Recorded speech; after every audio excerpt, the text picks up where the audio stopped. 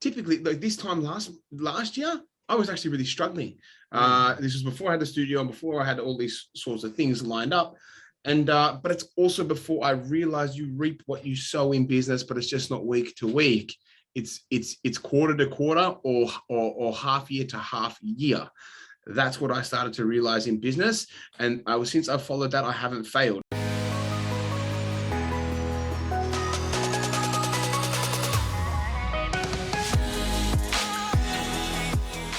Hey guys, and welcome to the Hustle and Muscle podcast. My name's Rizz. To the left of me or to the right of me is Rich, and you're going to listen to all things hustling and muscling. So all things fitness and all things business. Richard, how we usually break it down, we talk about what's been hot in our businesses respectfully in the week. Richard obviously has Com Marketing, which is a coaching business and a marketing coaching business. I have my own personal training studio, thanks to Richard, and following his plans and systems. So Rich, talk to me a little bit about what's been hot this week, and we'll shoot the shit from there. Yeah. So, I think overall, I've spoken to a lot. I've probably spoken to around maybe 40 individual conversations the last 2 weeks. And, when having individual conversations, people really open up and say, hey, this is where our problems are. This is what's happening. And, overall, there's definitely change. And, there's no denying this. There's a lot of changes happening. When I say change, probably like not as flowy that it used to be. You know what I mean? Something hasn't worked once. Members are down, pausing, cancellations, election, public holidays. You've got people that are having to isolate because of COVID. COVID's going to go on for another year at least, So there's all these things in the mix, and it seems like it's a storm in May. And when I speak to this person, next person, it's like, hey, yeah, this is happening to this person, it's happening to that person. So it's nice to know, okay, it is happening. It is happening. Let's not deny it's happening. Yep. There's a lot of people that are pushing and thriving and still getting great results, Rizz, yes. Like yourself, yes, like other clients. But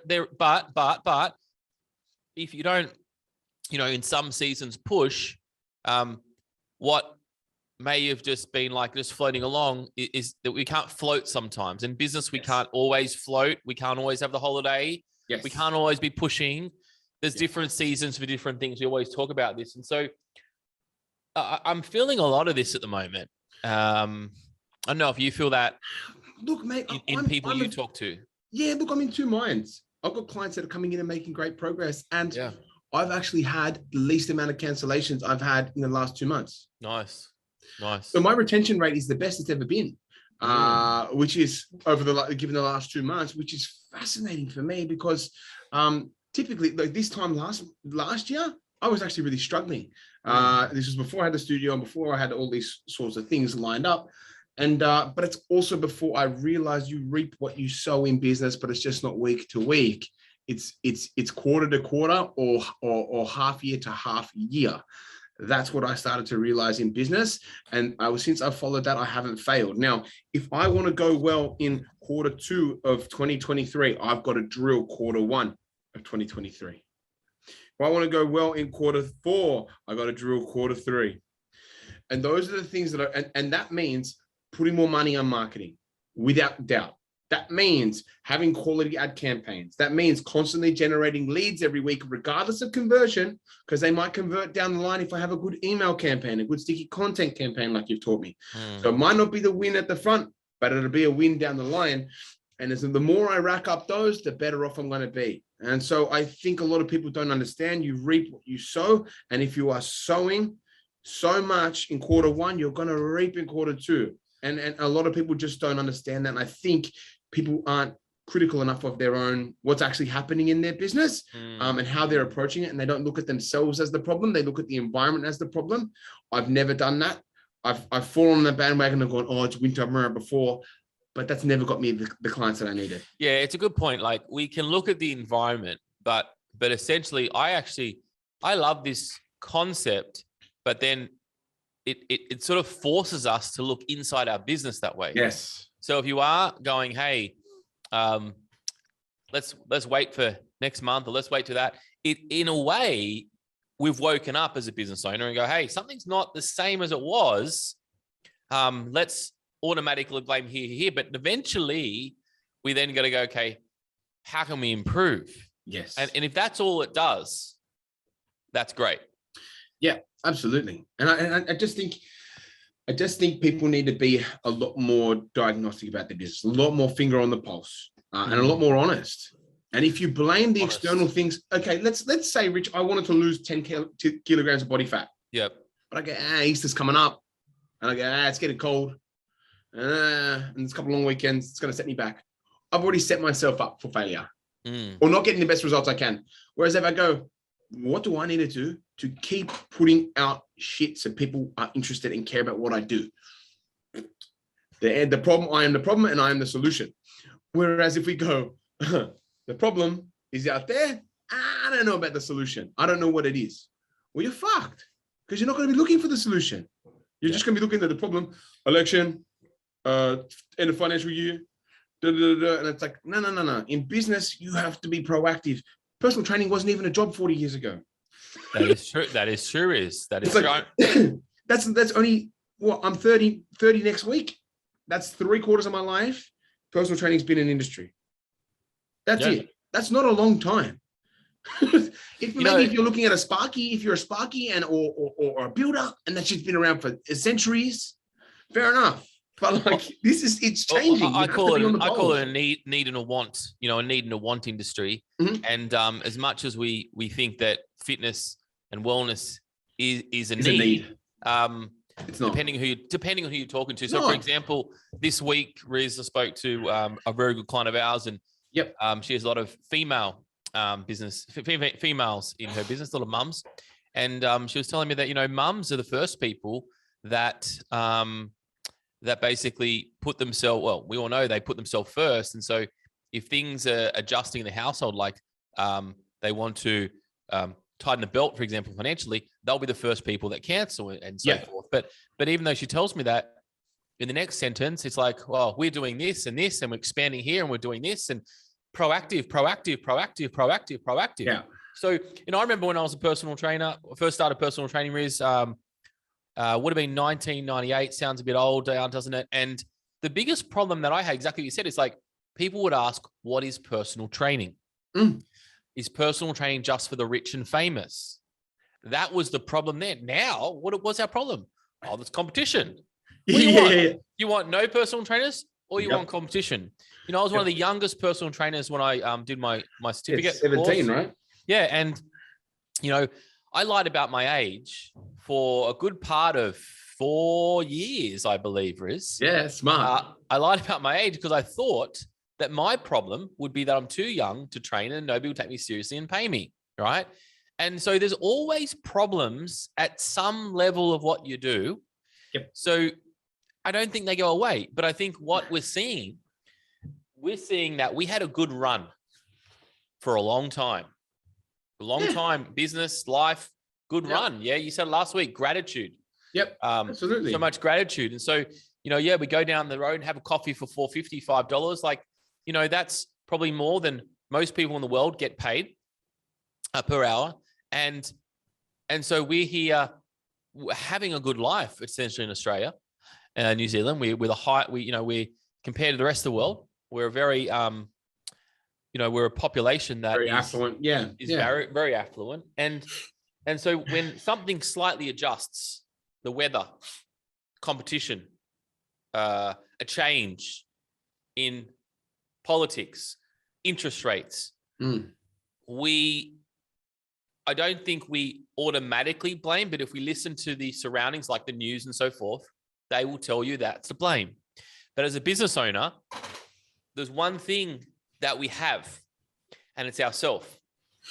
It's us, and ourselves. Yes, you have your team, your staff, all those kind of things. Yes.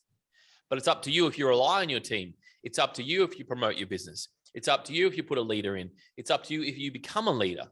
And so this is where I think a big part of what, has to be recognized. And we said it before, are we actually setting ourselves up for fail, Rizz? Is this something that we're going into business now and saying, well, if something's slightly off, we're not in a position to win anymore? Yeah, and that's what I don't like. I think, and my vision since I was a kid, man, since I go, if someone can win, I can win. Someone's winning right now, and I guarantee you, and I'm doing well in business right now as well. I guarantee you, there's a handful more, if not even more, than me just doing well in business. But everybody, I was watching this little reel on Instagram. It had Kanye West, and he was saying, as a kid, you're taught, don't jump on the coffee table, don't jump on the coffee table, don't do this, don't do that, and until you're 40. You're surrounded by coffee tables that you can't jump on top of, and you can't do this and you can't do that. And you believe and you pay into the fact that the world works like this. You're bought into this simulation of that's how it is. I've just never had that conception in my head that that's what it is. If some dude tells me that's what it is, that's not how it is. It's not. Yeah, unless it's calories in, calories out. That's how it is. But outside of that, man, it's like, I know someone's broken through. So can I either can sit in the simulation and go, that's how it is, or I can take it upon myself and go, no, I'm going to be a maverick. I'm going to be someone that takes control today, and I'm going to be someone that gets it done. And that might not look, you might fail, you might succeed, but it's better than sitting there and sitting in the simulation, sitting around your coffee tables that you've built up around you that you can't jump over, and you've assumed your position already. You're in that simulated destination already. And I've never bought into it, and it's done me well so far. So that's where my sort of thinking goes. Well, yeah, the world needs more mavericks. And I went to a lot of conferences not for a while, but we went to a conference called Awesomeness Fest, a lot of mavericks, getting there. And when you go to conference and events and you see, and they have the speakers and the guest speakers and that, you look at those and go, oh, I want to be that person. Well, that person was a maverick.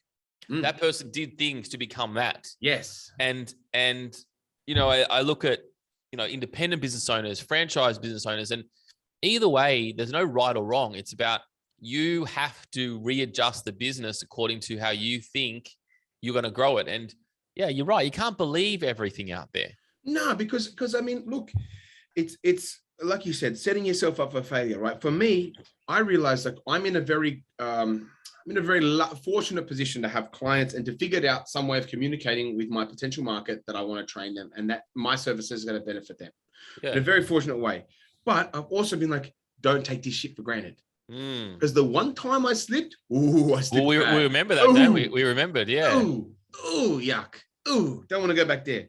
So I've even got that point where I've slipped and I've gone, take it for granted. I think if you take it for granted, you're fucked. If you start looking for problems, if you start looking for potential problems in the future, and you're always trimming the hedge that is your business, I think you'll be okay. But I think it's the people that sit on their laurels and go, oh, and this is how it is, and and they do set themselves up for failure in their actions because they're not looking for potential problems, or they're not looking to, maybe not that, it's maybe like looking to grow. They're not always looking to expand or develop their systems. They think what I've got is good enough.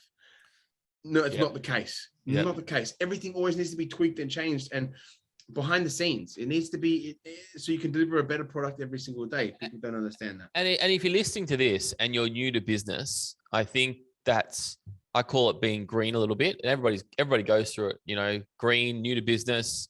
And you got to do that, I got my first run in a business at 17. I put a flyer on the mirror about all the changes that we're doing to our studio one day. And I was there till 10 o'clock, typing this little newsletter up, and I was going to stick on the mirrors. Next day, studio opens at 5 o'clock. I wasn't in at 5 o'clock. And, it came in about 8 o'clock, and there was graffiti over this, over my little newsletter that I designed on an A4 piece of paper. And it said, go back to school. And I go, that's a bit rude. That was from my clients. I made all these spelling mistakes, and that would have taken the mickey out of me because they knew I was young. And that was my first experience in being a little bit green. Yeah. Like, if you want to promote how, what you're doing, maybe do a spell checker kind of thing, because not everybody's just like you and doesn't mind. So every time, there's always situations early in your business that you need a little kick to go, okay, could have done it another way. This is how it is. And if you haven't experienced a fail point, I mean, that's a very small fail point. Of course. I remember one day when I had a directory called relocating.com.au. It was a moving directory, Rizz, and life was really good. and business was just rolling in. This director who was making about $500,000 a year, literally when they say you don't have to do much work, this was one of those 30 minutes a week. That was it, if that. And one day I got a call from one of the clients that we never get calls from. And they said, hey, I want to cancel. Within that 24-hour period, I pretty much got calls coming in hot. 90% of my clients canceled within that week. I also lost 90% of my revenue in a week. And I didn't have any other marketing streams other than SEO. What happened? The algorithms changed in how people ranked a directory, and I wasn't putting any money anywhere else. And I was complacent. And what happened then, it kicked my ass to Mexico and back. And I realized that this is not running a business. This is a good thing in the time. And there's always good opportunities in your business that come, and they're easy because you deserve them, because you've set up a structure and you can add a product in, and guess what? You have an audience that wants to buy it. Yeah. And business doesn't always have to be hard, by the way. It should be easy. It should be flowing. Yeah. But that's when you've actually done something. Yes. It's when you've actually put some work in. Then it should be easy. And then it should be flowing. You know what I mean? Yeah.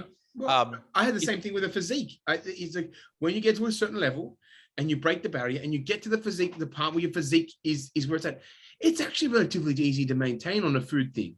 It's just most people don't want to, most people don't want to keep putting in work. They think it's a one and done project. And it's like, no, if you want to stay in good shape, you have to work past the momentum to inertia. Then you get there, and then it's actually quite easy maintaining a low body fat physique. Yes. But most people don't want to fucking do that either. They don't want to do that work. I mean, when I was training with you, Rizz, I messaged you a couple of times. I said, oh, we did some hard training for 6, 7, 8 months. And then I said, oh, Rizz, I haven't trained this week or that. I said, am I going to lose everything? You go, no, you're going to, it's going to mainly stay, not going to be as physique, but it'll mainly stay. And it was like, oh, okay. Now, you get to that next point, right? But that's it. Like you were easily pressing, I think we were up to 40, 45s close to, you're pressing moving some heavy weight. And it's like, well, you didn't start there. You started at 20s. But then even with 1 or 2 sessions a week, you still could hold on to the 40s, 42s. So people don't understand that. Like it doesn't, once you've gotten there, it's fairly okay to maintain it, but you have to get there. With business, same thing. You got to get there, and you got to know that, hey, there's going to be situations where it is going to require you to work. But I think the biggest problem here I'm seeing, Rizz, is that a lot of people new to business that haven't had that downturn ever. Yeah. This is the first downturn they're getting. Yeah. And they're going, what the hell just happened? Do you know what I mean? Yeah, they're riding the COVID wave and they're riding all the business wave. Everything's growing. It's all good. Everyone loves fitness. The government's giving us money. Yeah, it's flowing. Yeah. As soon as those taps stop, it's reality. And it's just reality in the season. It's a season. It's a period. Yeah. I mean, it's going to happen. It's happened many generations before. Yeah. Yes. But you got to understand that it's not always going to be this way, and it's not always going to last. And you got to get through it, and you got to find the way. You're going to find the gap, and the gap is the opportunity. By the way, the gap is the opportunity. If you find the gap, the opportunity's there. Well, for me, it was the gaps, but it's also generating some predictability in your business. So for me, it's like, okay, learning how to write good Facebook ads that deliver every time, or most times, 80% of the time, right? That's good enough for me. That's some predictability in my business that I put in $100, $200 and I get a lead. That's what you need in your business. But most people aren't willing to work to the point where they can get predictability.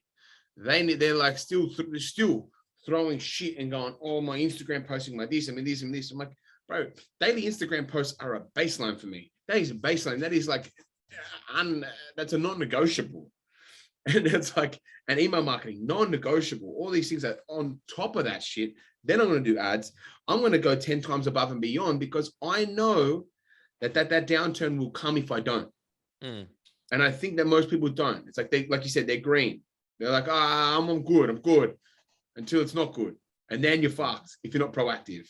I think that's where you got to be tenacious. You got to be proactive. You got to always be searching for how to better your business in every aspect, because then you'll be fine and then you'll keep growing.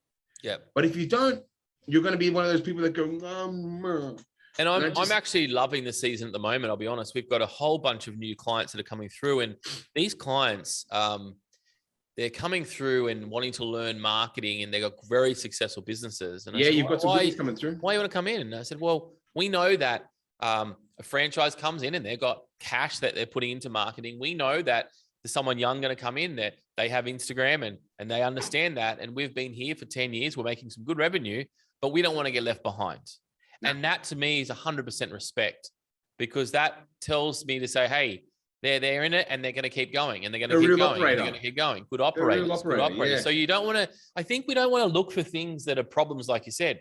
We want to look for opportunities. And so if you see, hey, there's a coaching Friday and that person can say, hey, they can help you with that, jump onto that. If you think that's an opportunity, if you're saying, hey, there's an expansion there that we can actually do, and that's going to bring another kind of business into my current business, and I think I can add in 50% revenue, great, go after that. And so it's expanding in the times. And when let's say you have a bad month, it's very hard to feel expanding, because it's like, oh, I'm worried about here. At the end of the day, that's the experience that you know that you'll need to either get, borrow, steal, mentor, talk to somebody, knowing that this is a period. And yes, if you're not careful, you'll get burnt quickly. Mm-hmm. And you've got to be proactive. You say proactive. And I like the example. Like, I remember, we had a conversation about emails, and you're naturally great at Instagram stories, one of the best. And, you made a few tweaks there, made a bit more acquisition, but then I said, oh yeah, let's throw in the sticky content, the emails. Yep. And you're on and off. And then all of a sudden, I would say my inbox, I actually scanned your emails. My inbox, like every 2 days, is boom, boom, boom, boom, boom, boom, boom. And now we don't talk about emails now, do we? We talk about other things. Yep. What's the next progression? This is a non-negotiable. Yep. And so it's building up these non-negotiables added to your marketing funnel, added to your business funnel, added to your sales funnel, and then bring on the next thing. But if you can't complete the basics and can't be consistent at sending an email out every 2 days, every week, if you can't be consistent at Instagram, if you haven't worked out a formula or a system or a team for that, you can't pass go and you can't collect $200. Agreed. And this is the issue things here. That work. But that's the thing, mate. When somebody puts their details in my business, I want them to be flooded with free shit to the point where they go, fuck, these guys do good. Fuck, I want a personal trainer. Fuck, I'm ready to go. This guy's got the community. He does one-on-ones. He does one-on-sixes. Fucking hell, he's got one value option and one high price option for me. So he's really looking after me. He cares, fuck. That's it. You want people to feel that from the jump. And I think they do once you have the email marketing, you have all those things. They might take a year to convert, but that's okay. You can get your short-term wins and your long-term wins. Oh, Rizz, it's amazing. I am getting people that are coming through as clients, and we're talking about 10 years conversion. We're talking about they've seen me speak 10 years ago. They've been on an email list for 10 years. You know what I mean? Like, we're talking about longevity, long game kind of stuff, and I love the short game. Like, someone sees a Google ad or they see you there and they're boom. And then, but I also love the long game. It just shows you that all the funnels work. And know which one's fast, slow, medium, and know how you have to react to that. Absolutely. I just love it. And the long-term ones usually are the free ones. They're just the ones that just take your work, a bit of graft. But the short-term ones are always usually paid for me. You're never going to organically. It's too much competition to grow organically, man. That's what I mean? It's just, a lot, and you got to be patient for that game. You got to be real patient for that game. Real patient. And I'm not a patient person, brother. That's it. That's why I don't mind the 10-year. I don't mind the 10-year game, but the short game straight away is a great game because it's a need. People need it straight away, and you need both of those. And I think this is a good point, Rizz, is that you can't. Like, I was stuck on SEO game, and I didn't do Google Ads 10 years ago, and I lost my business. And you got to be understanding that you have to be all parts on now. Yep. You don't have the option to be one part on. And you know what? I've just done this way for so long. You don't have that option anymore. All parts need to be on at all times. Otherwise, as soon as one goes, boom, it's all over. Different game, Rizz. It is, mate. It is. And look, I think we were talking about it before, mate, about business. I just wanted to touch briefly on the setting up for failure stuff. And I think for yourself as well, you said multiple times that when you've got your comm office, you rented out other rooms, you lived lean. So you paid back your rent through renting out of the rooms. Lean. Excellent. And I think what a lot of businesses struggle to do and what they don't do correct, whether they're starting at the ground level or they're at a really high level, is maintaining their leanness. And that doesn't mean being a tight ass. That just means managing your overheads. You know, should I spend an extra $300 on marketing when it's not actually providing me any results? No, save $300 there. Okay, because you compound that, that's 15 grand a year. Well, 15 grand a year on maybe 3 grand on a videographer, and then 12 grand, maybe even 5 grand on, you know, $10 a day Instagram ads or whatever. That'll pay that off. Yeah. You know what I mean? And you'll still be five G's in the green. And so if you do that 5 times in the year for different things, mate, you'll be so much better off. And I think I see so many businesses start up and you go so big, so fast, but just with their marketing, but they don't have the boots to fill it. They don't have the feet on the ground. There's nobody in the business. They try to appear like this larger than life thing to get people in, but you haven't sustained it. You haven't, your overheads, your rent's $1,500 a week. So you're 6 grand in and you're only making 8 grand a month. So you have to live on $500 a week for running an entire business. Totally. It's crazy. And I think that there's a really good point. If you go into business and you go in with overheads, and your main overheads, what are they? They're staff, their rent, staff and rent, main biggest ever overheads, right? Usually staff, then rent, depending how, you know, if you got staff or not. Big you are. Yep. And those things, yes, you can make adjustments, but everything else, these are small adjustments. If you go in, say, I'm going to hire the best operations manager for my place, because that's what I need in 2 years, and you're going to spend $100,000 straight off the bat, well, that's a bad decision, I would say. Yep. At that point, if you know, because then you have to investors and so forth. If you decide to go, okay, brand new business, never run a business before, I'm going to go and get a really expensive rental place, I reckon that's a bad decision. Yep. And so we want to, as you do quite well, stick things to the wall. Yep. See if they stick or fall. If they stick, have a little premises, go outside, run a boot camp, and say, you know what, I've got some clients here. Yeah. Let me open a studio. Yeah, exactly. Instead of opening up the studio and then figuring it out. Yeah, which is just a dumpster fire, because you've got little time and a whole lot of money to make up for. You know what I mean? It's like you're never going to solve a 1-year problem in 1 week. It's just not going to happen. It's just not how human nature is. People need to hear about your product. They need to digest it. They need to process it. Then decide it's maybe that they like. Then they have to like it, and then they have to buy it. Yeah. So many stages until they want to invest, especially in fitness, man. Fitness is such a fucking hard one, because you're pushing people to do shit they don't want to do on their own. 100%. Food's easy. Like food is, if it's a cafe, fuck, you cook good food, people talk about it, and you promote it all right. And yeah, sure, hospitality game's tough, but it's like, you've got, everybody has to eat. You know what I mean? Your market is your population. People need to eat, shit, and sleep. Yes. But you've got personal trainers. These are your needs industries here. Exactly. So you're always going to have some baseline level if you're smart and a good operator. But I think a lot of people are like that at all. I think people think that personal training, oh, you should want it. No. It's like, nah, this is a game you got to bite, scratch, and claw for every client for. It is. And it's a very good point. And you'll see, you know, you may know people that are plumbers or carpenters or electricians or builders, or rather cafes or coffee shops, and they're crushing it, you know. Well, they are in a different industry, one. Yes. 2, it's a need industry at the moment. Okay. Yes. Supply and demand.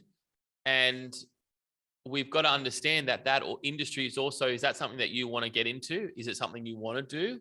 Yep. If so, sure, go ahead and do it. But it has its problems like any other industry as well. Yeah. You have more laboring over there. You have more staff you have to employ, different hours, all these kind of things.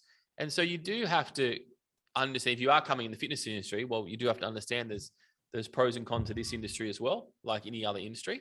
Yeah. And I think that's a good way to look at it. But I think it comes down to numbers, Rizz. It comes down to knowing the numbers earlier on, later. And all these conversations we're having, like, you know, you're saying it high, you know, paying expensive for a general manager or a team. I've done that, Rizz, right? I've done all of these stuff ups here.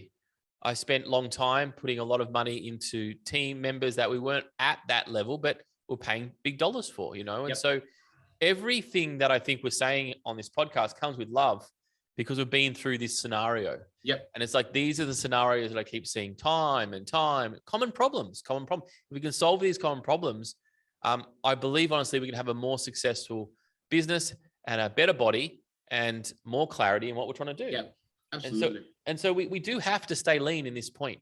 And if you're not, it just always helps. It just always helps too. Let's say I think my overheads, it's about $1,000 a week or something like that for everything, right? Rent and this and maybe a bit more, give or take, right? Yep. But like, all I need to do then is make about $1,000 and I'm good. It's pretty lean to have your own spot, right? And I'm being super transparent with it because I just don't really have any horse in the race to keep those things secret because I never benefited from people holding that information from me when I was coming up as a personal trainer. And it's like, sure, I'm making $1,000, let's say a $750 to $1,000 a week sacrifice in order to pump up my dreams. I could have done this on a gym floor and paid $250 a week rent. Yep. Sure, a big sacrifice, but it's not that much in the scheme of things to leverage me to get ahead. Yeah, but Rizz, but you did that. This is the thing. You did that. You did the time. You did the time. And as you grow as a person, you know, you grow and like something that 20 and go, oh yeah, I'll work in a gym floor. I'll wear their t-shirt. And then when you get to 30, you go, you know what? I've got my way and I don't want to wear their t-shirt. And it's small things that you have to adjust. And that's okay. It's okay to spend the $1,000 when you could have spent the $250 because you back yourself and you understand that, hey, I know I can make more money here because I have the experience. 10 years ago, I didn't. And I think it's okay to change as a person. Yes. It's okay to change as a person. But I really think it's a very dangerous mood when, you know, I'll give you an example. Just up the road here, town next to me, it's called Nambour. And I cannot believe the amount. And this just to give you a bit of context here, I'm in a place called Woombye. It's got a population of 2,500, 3,000 people, right? Yep. Next door to it, probably a similar population. And it's definitely not a population that would hold that many fitness centers. Now I'm talking about a big snap opened up there, and then all of a sudden, boom, boom, every single operator is opening up there. You know, every franchise, that's what they do. Franchises come and they all open up there. And there's independents that open up there. Mark my words, Rizz, just because people are doing it doesn't mean it's the right thing to do. Yes. It's not going to end well. I can guarantee you that in 12 months' time. Yeah. It's not going to end well. But because someone's told to do it, like we were saying, they'll do it. As a business operator, you got to look. You got to be a little bit smarter. Yes. And you got to smell the air and figure out, is this it? Do I trust my gut or not? If you don't trust that gut, don't go. Yeah, that's the thing, man. I think you're right. When I was 20 and if I was given a studio, not the right time for me. I would have turned it into anything. If you said, here's a whole studio, boom, go, I would have been like, nah, I got too much other shit. I need to figure this out until I can. No, perfect storm. Because the time has come. I had my eyes on the prize and I just trusted the process and it come good. I just don't think, I think a lot of people want to go too big, too fast. And it's like, nah, you got to do it in steps and then you can be okay. If you have a 30-year plan, like my business, I've got a 30-year plan, if not more. I want it to be where it's at in 30 years. So it's when I'm 60, fuck man, fit, healthy, ready to go and good for retirement, you know, or whatever it might be. You know, I don't want to retire, but I at least want to be set up to a point where if I wanted to retire or something happened to me or the missus, I could retire. That's my goal for me. But 30 years to build one business, fuck off. That's a piss take, right? Anyone could be like, oh, yeah, of course you could build a business in 30. It's a long time, but it's not. And so for me, I go, well, fuck, if I start at $1,000 now, oh, fuck, I got to be sure I could pay that over 30 years, you know? That's my head. I go, can I do this? Can I do this? And I can, and so you level up. I'm sure in 30 years, I'll be paying fucking stupid amounts of rent. But, but you know, you've got to build yourselves up to there. Don't just fucking plonk, build it and they will come. I don't know if that's a good approach for some people. Build it and they come. I think this is the approach to summarize this, guys. We talked about numbers. We talked about, you know, are you really setting yourself up for failure? You know, we talked about length in things in industry. And I think a really good way that's helped me personally a lot of our clients, is a book I might recommend you guys now to read now. And if you haven't seen it, it's called Profit First. And it's a book that basically, even if you do it once off and decide, you know what, I'm not going to do it forever, even if you do it at once off, it is going to literally tell you how much you're spending, how much you're paying yourself, where your overheads are at. And that honestly really helped me quite a lot when I just didn't know, where everything's at. So it's going to show you, it's like The Barefoot Investor, but written by a guy called Mike McCuskey. I'm going to try and get him on this podcast actually. And yeah, it's a really good book to bring common sense into play here. Yeah. And then you can make the best decision up to where at the moment. Because I do also think, and you make a good point, Rizz, is that we do have to be self-aware where we're at. And if you think... And self-critical. Self-critical. It is important because we are very critical on ourselves as business owners, but it is important to know that it's not about beating yourself up. I don't think that's the word we're trying to get to. No, but criticism is not about it. It's analyzing, critical thinking, right? Analyzing what the facts are, what the reality of the situation is, given everything that you know and everything that you are.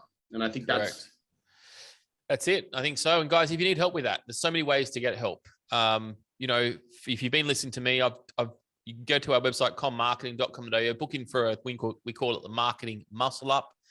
And we'll take you through a process to see, where you are in your business and if you need help with that. And Rizz, you can follow Rizz on Instagram. Go to his studio. Yep. Rizz Fitness, right? Yep. Absolutely. Rizz Fitness on everything: Twitter, Instagram, Facebook. And there's so many, if this is the first time listening, there's so many other podcasts. There's about 120, 30 episodes. Me and Rizz do every single Friday. And you can listen to the back catalog of those as well. So it's up to you to be self-critical, make the step, pull the trigger, and get it done. Yeah, absolutely. All right, guys. I think that's us, right, Rich? I think so. Beautiful, man. You got to do the work now and pull the trigger, team. That's right, man. Get squeezing. All right, guys. If you enjoyed this episode, share it with your friends. That may help them. That actually may change their life. Absolutely. Change the direction. I know when I've given a podcast, it literally changed my life and my direction. So this might be a directional change for somebody that that needs a bit of help. Absolutely. So do that. And that's really going to help. Two things going to help us to grow this podcast. Is going to help your friend to grow their business as well. Yeah. Listen, until next week, have an amazing week. Rip in and be grateful every day. All right, this is a great world we're in. See you guys. See you in the next one.